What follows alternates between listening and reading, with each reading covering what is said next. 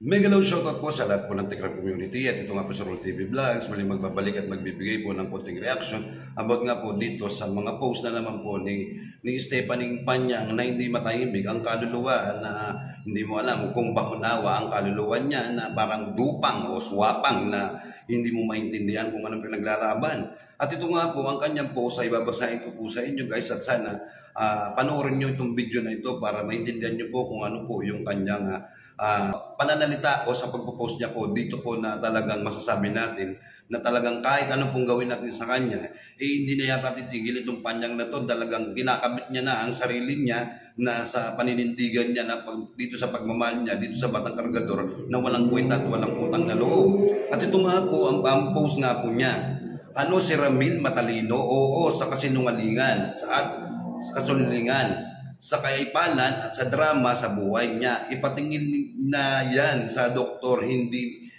nga marunong mag-English yan eh. Alam mo Panyang o Stephanie Panyang, hindi naman kailangan lagi sinasabi o magsasalita ang bawat isang tao ng English. Nandito tayo sa Pilipinas at ang karap natin ay nagsasalita din siya ng Tagalog, natural Tagalog din ang sasabihin natin. Hindi sa lahat ng pagkakataon puro English ka.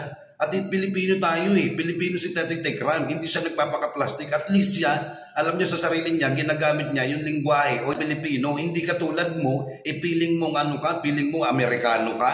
Hindi ka naman din Amerikano eh. Saka lang din naman Pilipinong baliw. Diba? Huwag mo sabihin na hindi matalino si Tatay Tekram. Kung hindi matalino si Tatay Tekram at siya, paano siya nakapagtrabaho? Paano siya nakagawa ng kanyang YouTube channel? Paano siya nakakatulong sa mga taong mga kababayan natin Pilipino na nag-iikawos? At marami siyang beneficiary at marami siyang mga tao na nagmamahal sa kanya. Kaya huwag mong sabihin na ipadoktor, dapat ikaw ang ipadoktor nila. Ipadoktor ka ng mga kapwa mo wakwak dahil ikaw ay may sakit kang ng narcissistic. Diba? Yan yung pagkatao mo. Dapat ikaw talaga yung pinapadoktor, hindi si Tatay Tekram. Dahil si Tatay Tekram matinuang isip. Diba? Hindi kagaya mo, madilim ang kaisipan mo. Kaya nga tignan mo ang nangyayari sa'yo.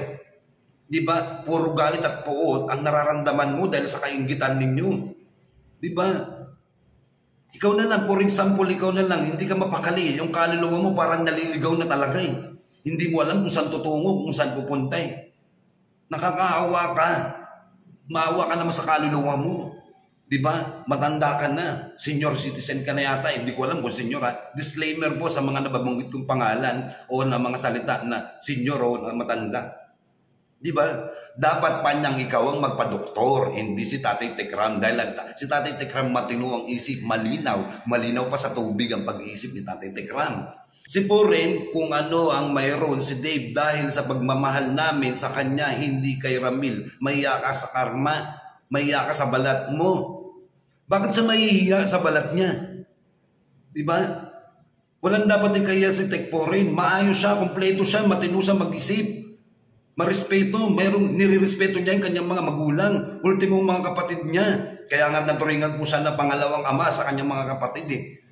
Wala siya dapat ikahiya sa balat niya. Dapat ikaw ang mahiya sa balat mo. Dahil tignan mo yung balat mo, nangunguluntoy na. Diba? Maawa ka, ikaw ang mahawa sa balat mo. Hindi si Tek Poren. Dahil si Tek Poren marami ang ginagawang kabutihan. Ikaw wala kang ginagawang kabutihan. Ang ginagawa mo sa sarili mo, lalo mong hinihila pababa ang pagkatao mo. Parang sinusunog mo na. Mahawa ka sa balat mong nangunguluntoy. Baka gusto mong umuwi ng Pilipinas at magpabomba ka muna sa boyfriend mo o sa jowa mo. Yun ang dapat mong gawin para kahit paano manariwa naman ng konti yung balat mo.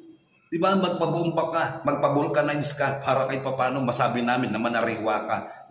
Ikaw ang dapat mahiya sa pagkatao mo at lalong-lalo na sa balat mo. Dahil lalong-lalo na ang iyong kaluluwa na naliligaw. At sabi pa dito sa kanyang post, talagang literal po talaga na nakikipaglaban po talaga siya kay Ballpoint Man. Diba? Talagang hindi niya po talaga tinitigilan si Ballpoint Man dahil kasi alam niya sa sarili niya natatamaan o nasusundot ni Ballpoint Man o ni BPM ang kanyang kaloob-looban o ang kaluluwa niyang hindi makatulog-tulog. Diba? At ito nga po yung post niya para kay Ballpoint Man. Sabi niya, Bulbul man ni Katiting, hindi ako natatakot sa iyo, sa ilusyon mo. Hindi ako bobo katulad mo. Paano nga hindi ka nga bobo? Post ka ng post dyan. Sinasabi mo na gumagamit ng ipinagbabawal si Ballpoint Man. Nasaan ang ebidensya mo? Wala ka namang ebidensya na gumagamit siya ng ipinagbabawal. Hindi siya nag-iilusyon. Ikaw ang ilusyonado. Ikaw ang ambisyoso.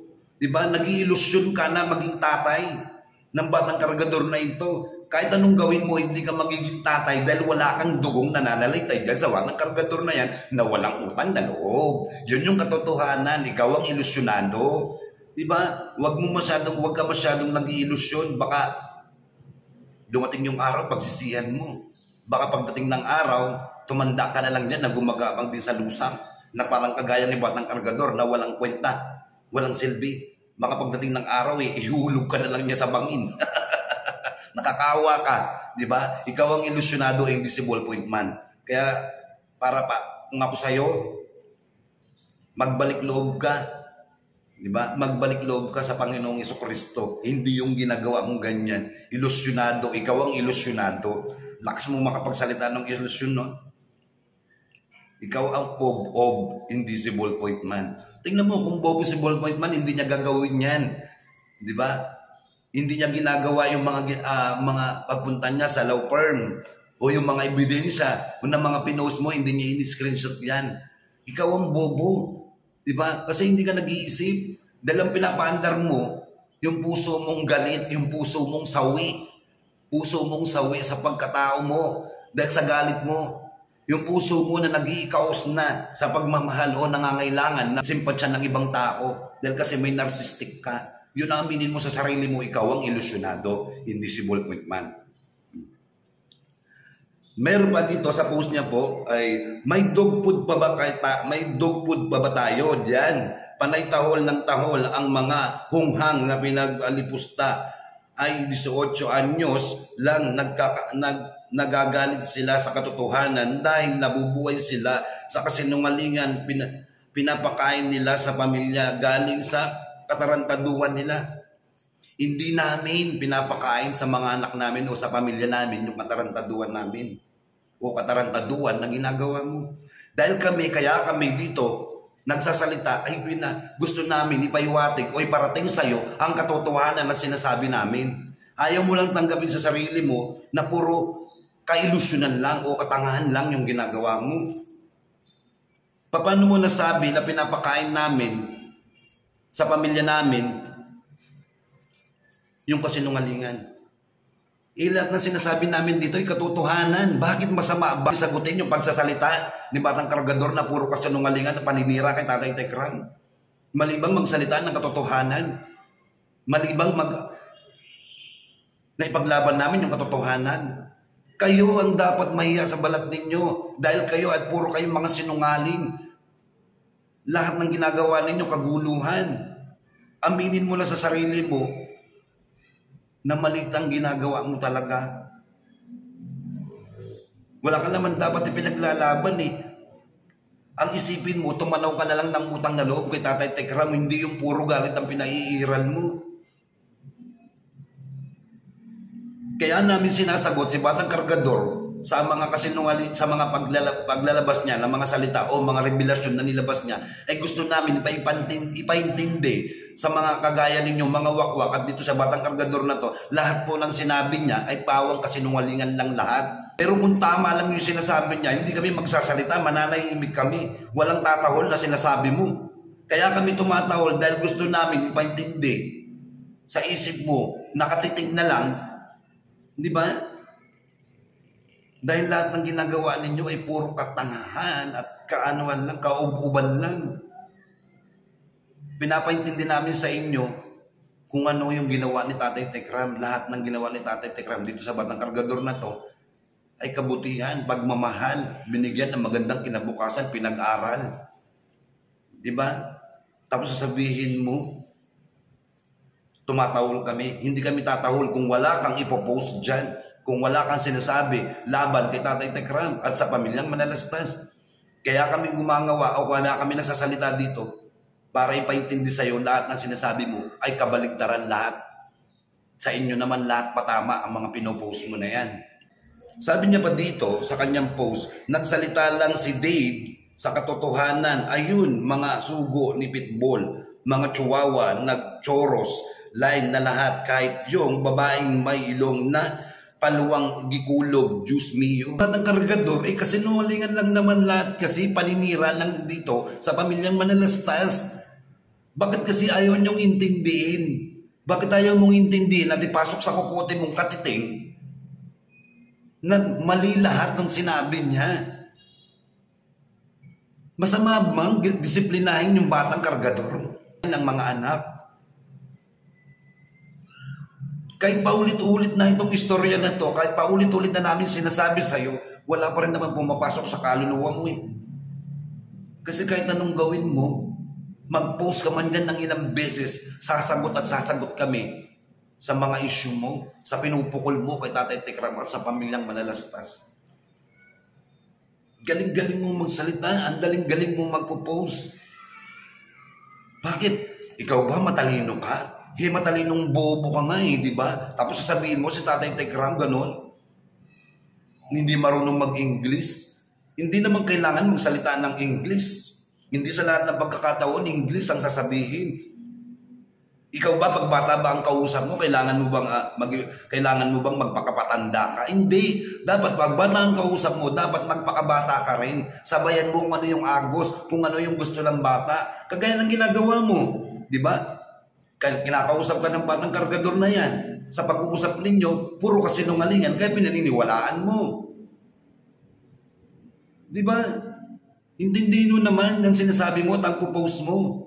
Huwag kang masyadong mayabang. Baka sobrang kayabangan mo, bumulusok ka pababa, baka pagbagsak mo, sabog na yung utak mong katiting. Maawa ka sa kaluluwa. Year, diba? Love sila pumunta. Diba may collab? Then yung next na doon sila pumunta. Kasi nalas tayo lagi. Hindi kinausap ka niya, Dave, asking you if you want to go on Sudden Days. Tapos ang sinabi, ay, nung 17 pala, wala ka pala. Kasi masama loob mo sa amin.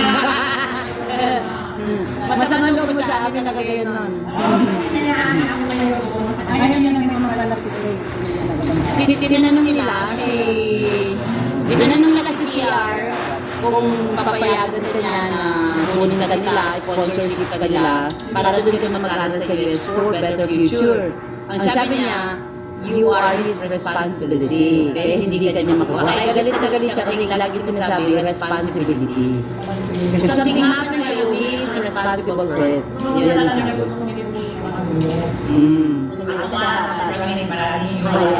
He is my responsibility, my responsibility. Sagutin mo siya, sagutin niya. Ganon. Palagutin mo nga sila na ako. Dapat nasa US siya. Responsibility nila. Responsibility mo silang buhayin. Hindi na ako kaya siya. Di ba lang silang lechon?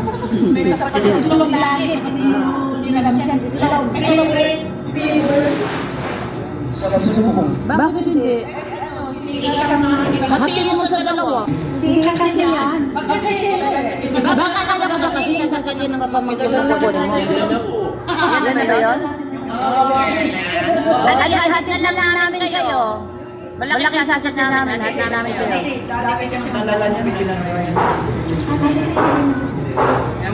Pero Alam mo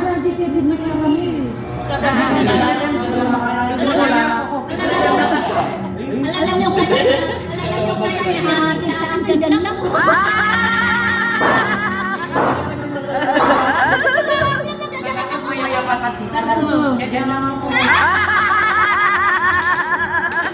okay ba dalawa yun?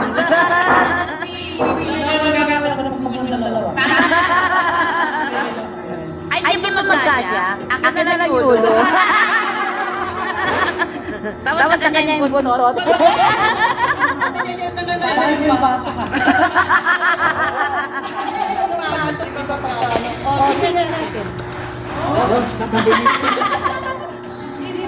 Tapos lagi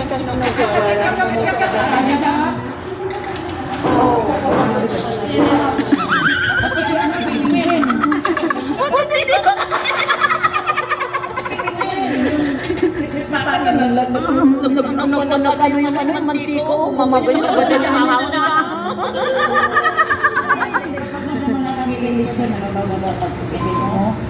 nakakatagal para sa susunod na araw. Oo, nalalasinin sa gano'n. Paksiw. Tapos may favorite na daw. Ngayon nangyayari sa sila. Oo.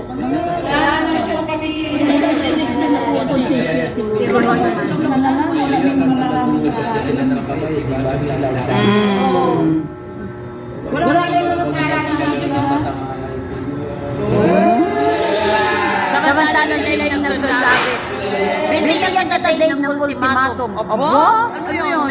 May ano ka talaga, may inutang ka tapos ultimatum, mabayaran mo agad-agad? Siyempre, papalpal siya. Bakit? Pinuntahan niya. Oy, bakit ka na nagayan? Kulang pa daw sa kinain ni Dave. Wow, kaya na nag-24,000 kinain ni Dave. Asan yung kikinita sa vlog nila? Oo. Idadagdag na lang yun.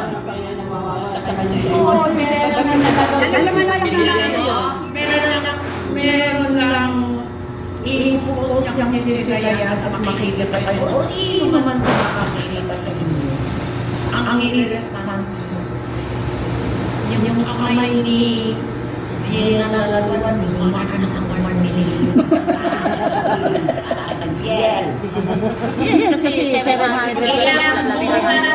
Ilang bukas ang buko. Within 1 year, nakatulong bukas. Ngayon, hindi man pa ako. Whether you like it or not, ito gagawin natin.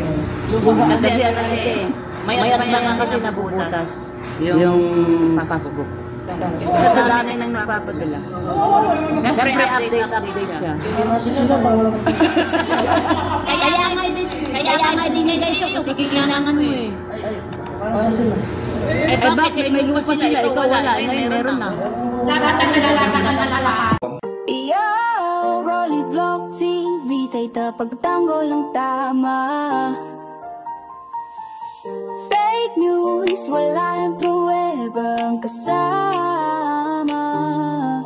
Sa bawat kwento, siguradong may basan, hindi haka-haka. May tunay na pinagmulan, hawak ang kamera, dalang katotohanan. Sa bawat video, walang halong kasinungalingan. Rolly Vlog TV, laban sa peke lagi.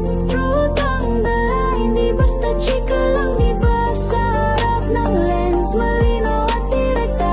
Bawat balita may ebidensyang kumpleto.